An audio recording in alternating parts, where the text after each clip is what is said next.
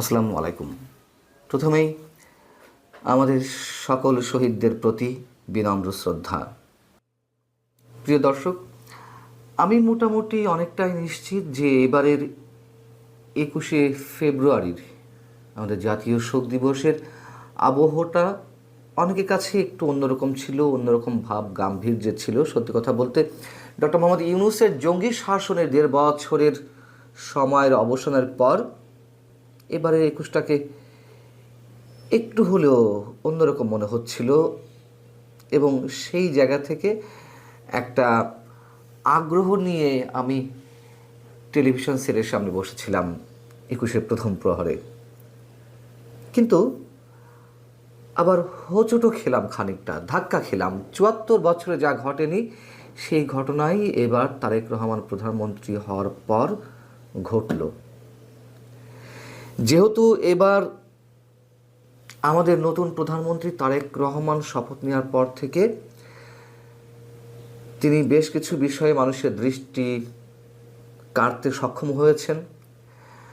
তিনি রাজধানীতে যানজটের বিষয়টি মাথায় রেখে প্রধানমন্ত্রীর গাড়ি বহরে যে গাড়ি থাকে তা কমিয়ে এনে 4টিতে নিয়ে এলেন।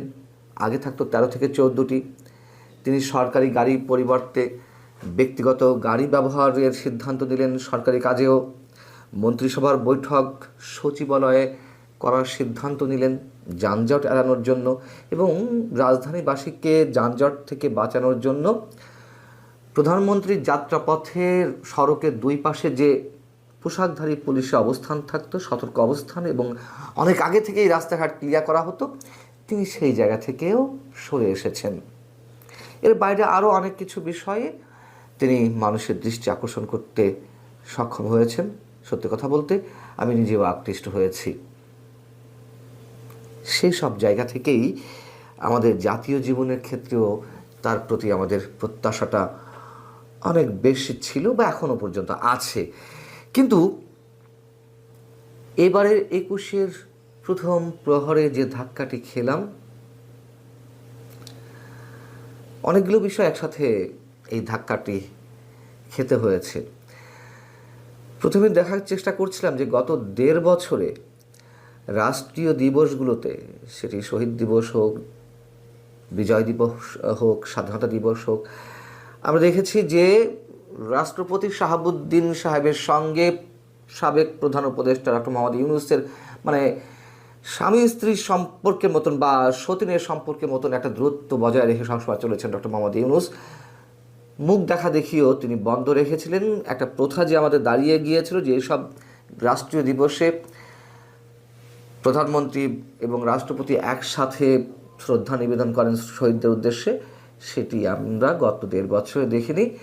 দেখেছি রাষ্ট্রপতি প্রথমে শ্রদ্ধা নিবেদন করে যাওয়ার পরে তার 3-4 মিনিট পরে এসে সংশ্লিষ্ট স্থানে উপস্থিত হয়েছেন প্রধান উপদেষ্টা। এবার ভাবছিলাম যে হয়তো দুজন একসাথে শহীদদের উদ্দেশ্যে পুষ্পমাল্য অর্পণ করবেন, কিন্তু আমরা দেখলাম যে না, হলো না। মেনে নিলাম যে হলো না।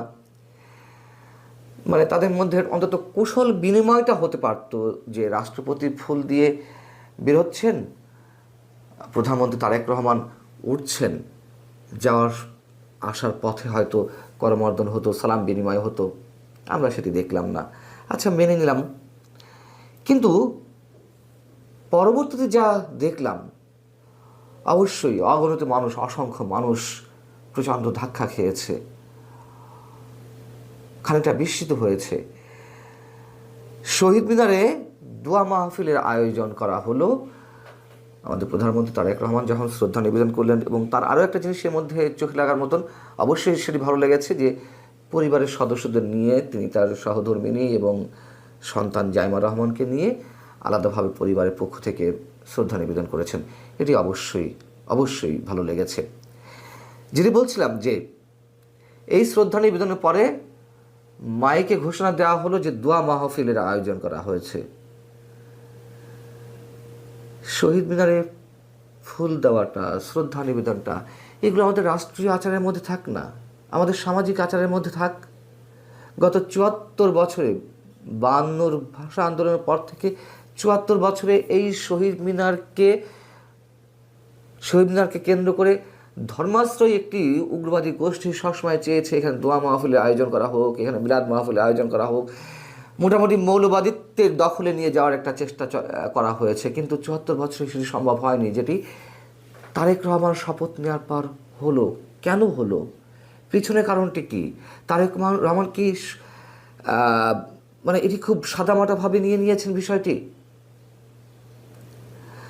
মানুষের মনে সন্দেহ জায়গাটা খুবই স্বাভাবিক যে ডক্টর ইউনূসের ১.৫ বছরের যে জঙ্গি শাসন, মৌলবাদী শক্তির, সাম্প্রদায়িক শক্তির যে আস্ফালন, তারই ধারাবাহিকতার একটি ছাপ, সেই ধারাবাহিকতার একটি প্রভাব বিএনপি সরকারের উপরেও রয়ে গেল কিনা, এটি কি তার কোনো সিমটম?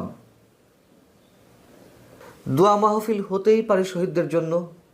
কেউ ২ রাকাত ৪ রাকাত নামাজও আদায় করতে পারেন, নফল নামাজ, কোরআন শরীফ তেলাওয়াত করতে পারেন, কোনো সমস্যা নেই তো। সেগুলো নিজের বাড়িতে বা মসজিদে এগুলো সীমাবদ্ধ থাকলে সমস্যা কি?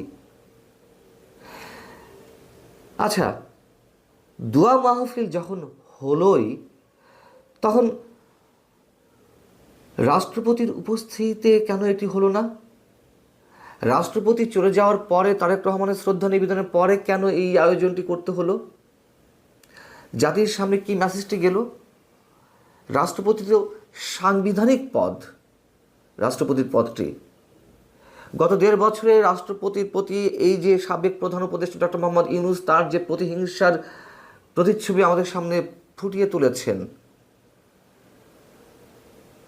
তুচ্ছ তাচ্ছিল্য করেছেন, এটিও কি তার একটি নমুনা আমাদের সামনে উপস্থিত করলেন আমাদের প্রধানমন্ত্রী তারেক রহমান? দোয়া মাহফিল যদি হলোই বা, তাহলে অন্য ধর্মের পক্ষ থেকে কেন এই ধরনের প্রার্থনার আয়োজন করা হলো না? কেন হিন্দু ধর্ম বা খ্রিস্ট ধর্মের পক্ষ থেকে বিশেষ প্রার্থনার আয়োজন করা হলো না? এই দেশ তো আমাদের সবার, হিন্দু, বৌদ্ধ, খ্রিস্টান, মুসলমান সবার। এ দেশের জন্য শুধু যুদ্ধ তো মুসলমানরা করেনি, এই ভাষা আন্দোলনের জন্য তো বুকের রক্ত কজন দিয়েছেন এমন কজনের নাম আমরা জানি, অনেকেই তো আন্দোলনে ছিলেন। আমরা হোঁচট খেলাম, আরও হোঁচট খেলাম যখন দোয়া মাহফিলে কেবলমাত্র মানে শহীদদের উদ্দেশ্যে ২-১টি কথা বলার পর আমরা দেখলাম জিয়া পরিবার বন্দনা শুরু হয়ে গেল। প্রেসিডেন্ট জিয়াউর রহমানের জন্য, সাবেক প্রধানমন্ত্রী খালেদা জিয়ার জন্য করুক না, অবশ্যই করতে হবে, কিন্তু তার তো একটি মাত্রা থাকবে। আমরা এই মাত্রা অতিরিক্ত কাজগুলো দেখেছি গত ১৫.৫ বছরে আওয়ামী লীগ সরকারের সময়। সব কিছুতে মুজিব বন্দনা, সব কিছুতে বঙ্গবন্ধু বন্দনা, শেখ হাসিনা বন্দনা, এবং এই যে বন্দনা, এই যে চাটুকারিতা, তার তো খেসারত অনেকভাবেই আওয়ামী লীগকে দিতে হয়েছে। আমরা চাই না যে এই ধরনের চাটুকারিতার মাধ্যমে, তোষামোদকারীদের মাধ্যমে, এই ধরনের জিয়া বন্দনার মধ্য দিয়ে, তারেক বন্দনার মধ্য দিয়ে আবার বিএনপিকে ওই ধরনের কোনো খেসারত দিতে হোক।